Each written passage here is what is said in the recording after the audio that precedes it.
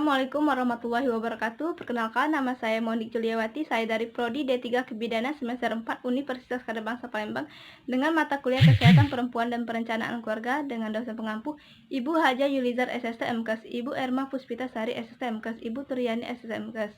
Baiklah, di sini saya akan melakukan langkah-langkah pemasangan AKBK atau implan. Saya akan menyiapkan peralatan terlebih dahulu. Alat: meja periksa, alat penyangga lengan dan kain yang kering, kain penutup DTT steril, batang implan dalam kantongnya, larutan antiseptik betadine dalam kom kecil steril, lalu kom kecil steril untuk meletakkan implan. Setelah itu spet 5 cc 10 cc dengan jarum 22G dengan ukuran 2,4 sampai 5 cm. Setelah itu ada obat anestesi lokal dengan konsentrasi 1% tanpa epinefrin, lidocain 2-3 ampul. Setelah itu ada APD yang terdiri dari masker, apron, shower cap, serta sepatu boot dan handuk pribadi. Lalu ada kasa steril dan pembalut, nirbeken, bak instrumen steril, korentang, klem penjepit. Setelah itu ada skapel yang berukuran 11 atau 15, lalu ada trokar yang berukuran 10 dan pendorongnya. Setelah itu ada larutan klorid 0,5%, lalu ada tempat sampah basah kering dan tajam, dan lengan pantom. Setelah itu saya akan menyapa pasien. Assalamualaikum Ibu, perkenalkan nama saya Bidan Monik, apakah ada yang bisa saya bantu? Oh, Ibu mau melakukan pemasangan implan ya?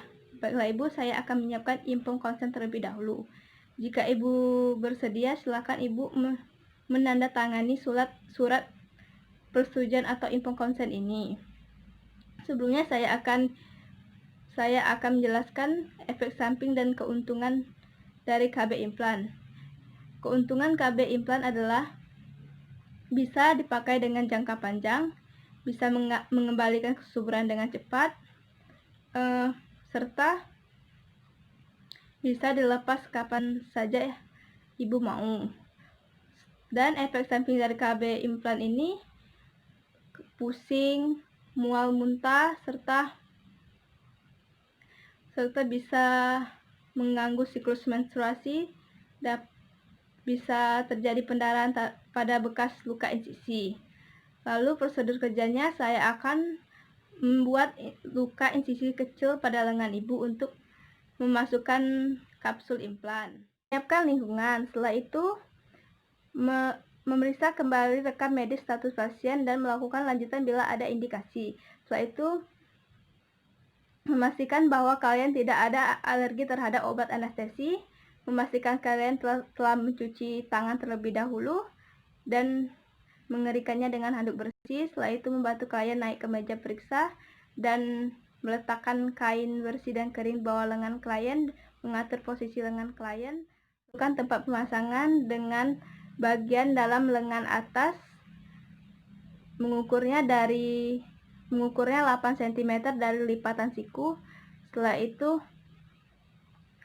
menentukan tempat pemasangan implan dengan membuat pola kaki segitiga terbalik untuk memasukkan kedua kapsul implan 40 mm. Setelah itu memastikan semua peralatan steril telah tersedia, membuka kemasan peralatan steril, membuka kemasan implan dari kantongnya, memasukkannya ke dalam mangkuk kecil.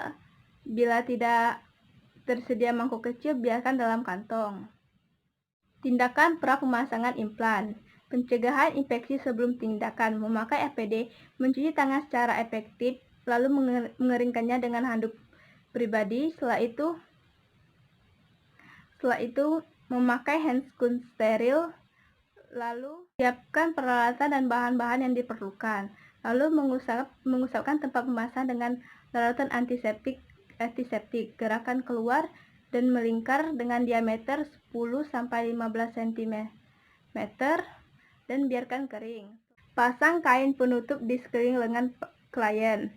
Lalu lakukan anestesi lokal 0,3 cc pada kulit intradermal pada tempat insisi yang telah ditentukan hingga sedikit menggelembung.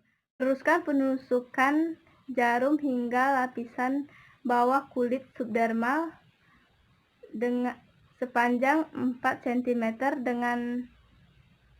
dengan masing-masing 1 cc pada jalur pemasangan kapsul nomor 1 dan 2. Uji efek anestesi sebelum melakukan insisi.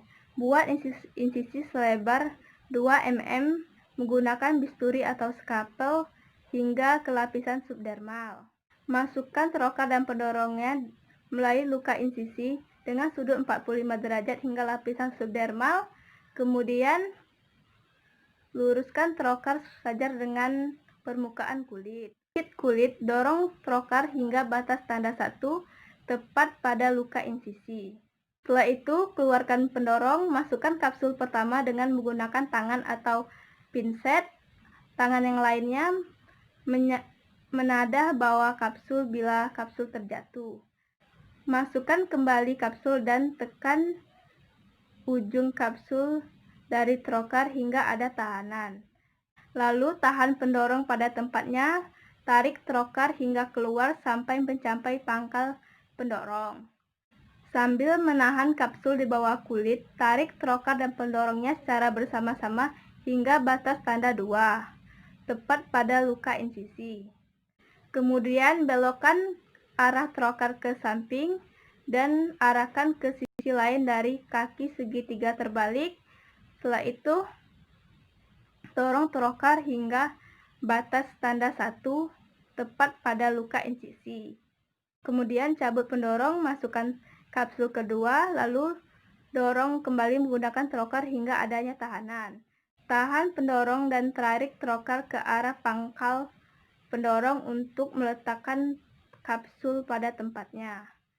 Tahan ujung kapsul kedua yang telah terpasang di bawah kulit, lalu tarik trokar dan pendorongnya hingga keluar dari luka insisi.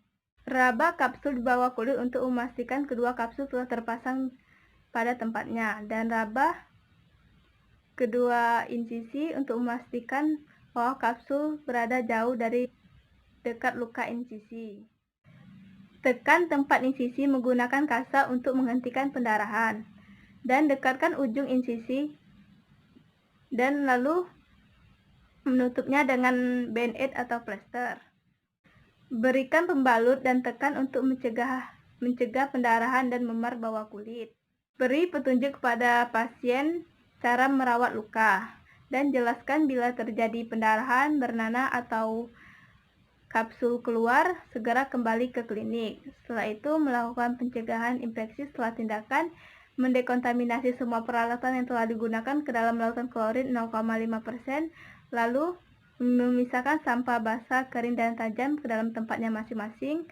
Setelah itu, mengelap celemek menggunakan lautan klorin, merendam kedua tangan ke dalam lautan klorin 0,5%.